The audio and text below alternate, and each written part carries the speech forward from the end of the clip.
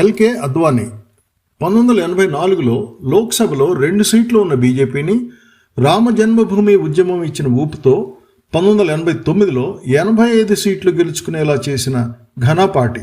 వరుసగా 3 పర్యాయాలు ప్రభుత్వాన్ని ఏర్పాటు చేయడమే కాకుండా ప్రతిపక్షం కకావికలయ్యేలా చేసి అప్రతిహతంగా దూసుకుపోతున్న నరేంద్ర మోడీకి దిశానిర్దేశం చేసిన గురువు. అలాంటి అద్వానీకి పార్టీలో అన్యాయం జరిగిందా? ప్రధాని కావాలని కలలుగన్న అద్వానీకి పార్టీలో పరాభవం జరిగిందా? ప్రధాని పదవి పోయినా రాష్ట్రపతి అయినా అవడానికి ఆయన శిష్యుడు మోడీనే అడ్డుపడ్డారా? ఈ ప్రశ్నలకు సమాధానాలు తెలియాలంటే ఈ వీడియో చివరి వరకు చూడండి. Welcome back to my channel.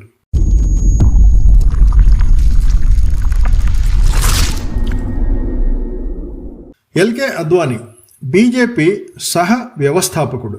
Rama జన్మభూమి ఉద్యమాన్ని దేశమంతా విస్తరించేలా చేసి ఇప్పటి మహర్దశకు బీజం వేసిన నాయకుడు. హిందుత్వ ఎజెండాన్ని భుజం మీద మోసి దేశం మొత్తాన్ని ఒక ఊపు ఊపిన భీష్ముడు. 1984లో కేవలం 2 సీట్లు గెలుచుకున్న తర్వాత పార్టీ బాధ్యతల్ని అద్వానీ తన భుజాల మీద వేసుకున్నారు. పార్టీని బలోపేతం చేయడానికి ప్రాంతాల వారీగా చురుకుగా ఉన్న వ్యక్తులను గుర్తించే క్రమంలో అప్పటికి 10 సంవత్సరాలుగా గుజరాత్లో ఆర్ఎస్ఎస్ ప్రచారకుగా పనిచేస్తున్న మోడీ అద్వానీ దృష్టిలో పడ్డారు. మోడీని గుజరాత్ బీజేపీకి సెక్రటరీగా చేసి పార్టీని క్రింది స్థాయి నుండి బలోపేతం చేయాలని అద్వానీ సూచించాడు. రామ జన్మభూమి ఉద్యమంలో భాగంగా గుజరాత్లో జరిగే అద్వానీ పర్యటనకు మోడీ చాలా పకడ్బందీ ఏర్పాట్లు చేశాడు. మోడీ పనితీరుకు అద్వానీ ఎంత ముచ్చటపడ్డాడంటే రామ జన్మభూమి ఉద్యమంలో తన రథం మీద స్థానం కల్పించాడు. అందుకు కృతజ్ఞతగా అద్వానీని గుజరాత్లోని గాంధీనగర్ నుండి పోటీ చేయవలసిందిగా మోడీ కోరాడు. అప్పటికే పార్టీలో శంకర్ సింగ్ వఘేలా బాగా ఎదుగుతున్నాడు. గాంధీనగర్ వఘేలా ప్రాతినిధ్యం వహిస్తున్న నియోజకవర్గం. కానీ మోడీ తన శక్తినంతా ధారపోసి గాంధీనగర్లో అద్వానీ సునాయాసంగా గెలిచేలా చేశాడు. దీనితో గురు శిష్యుల బంధం గట్టిపడింది.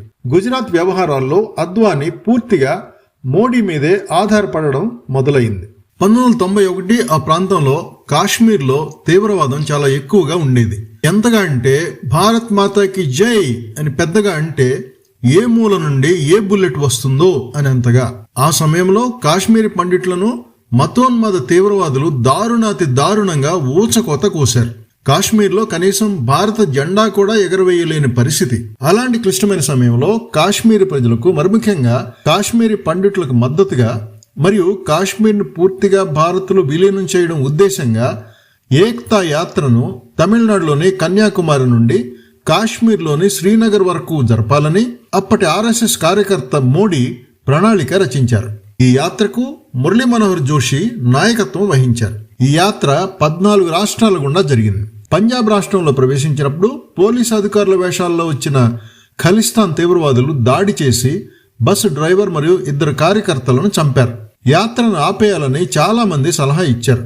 అయినప్పటికీ మురళీ మనోహర్ జోషి మరియు నరేంద్ర మోడీ ఏమాత్రం భయపడకుండా యాత్రను కొనసాగించి శ్రీనగర్లోని లాల్ చౌక్లో మువ్వన్నెల జెండాను ఎగరేసి కాశ్మీరీ హిందువులకు మద్దతుగా మేమున్నామని ప్రపంచం మొత్తానికి తెలిసేలా చేశారు.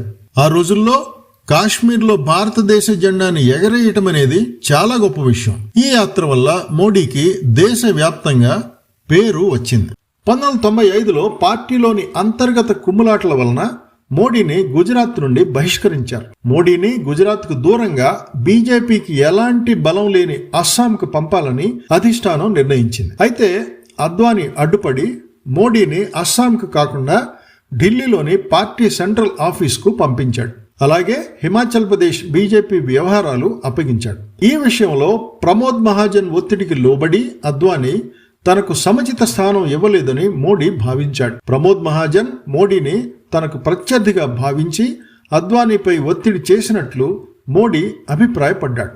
2001లో గుజరాత్ ముఖ్యమంత్రి పదవికి మోడీని అద్వానీ సూచించాడు. బహుశా అద్వానీ మద్దతు లేకపోతే మోడీ ముఖ్యమంత్రి కాగలిగేవాడు కాదేమో. 2002 ఫిబ్రవరిలో జరిగిన గోద్రా అల్లర్ల సమయంలో అధిష్టానానికి మోడీపై వ్యతిరేకత పెరిగింది. 2002 ఏప్రిల్ 11న బీజేపీ నేషనల్ ఎగ్జిక్యూటివ్ మీటింగ్లో పాల్గొనడానికి అద్వానీ మరియు వాజ్పేయి ఇద్దరు ఢిల్లీ నుండి గోవాకు విమానంలో ప్రయాణిస్తున్నారు. అప్పుడు వాజ్పేయి దేశ ప్రధానమంత్రి. గుజరాత్ లో అల్లర్లను సరిగ్గా అదుపు చేయలేదని, అల్లర్లు ఇంకా కొనసాగుతున్నాయని వాజ్పేయి మోడీని ముఖ్యమంత్రి పదవి నుండి తప్పించాలని అనుకున్నారు. అందుకుగాను మోడీని రాజీనామా చేయవలసినదిగా అంతకు ముందు రోజే ఒక దూతను వాజ్పేయి పంపించారు.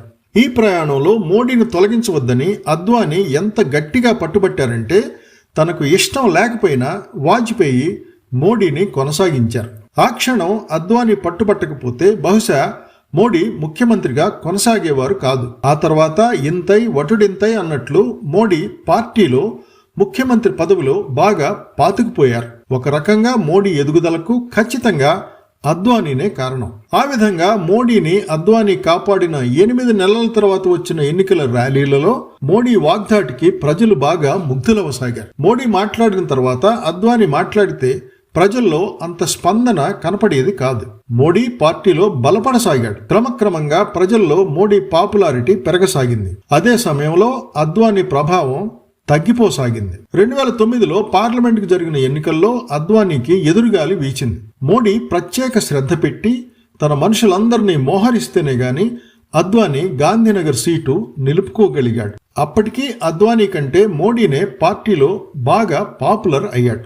కానీ మోడీ అంటే పార్టీలో ఎక్కువ మందికి వ్యతిరేకత ఉండడం వల్ల 2014 ఎన్నికల్లో తననే ప్రధాని అభ్యర్థిగా ప్రకటిస్తారని అద్వానీ ఆశించాడు. కానీ విధి బలీయమైనది.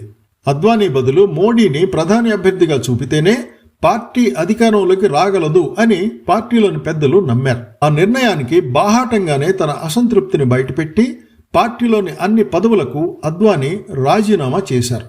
ఆ తర్వాత మోడీ ప్రధాని అయ్యారు.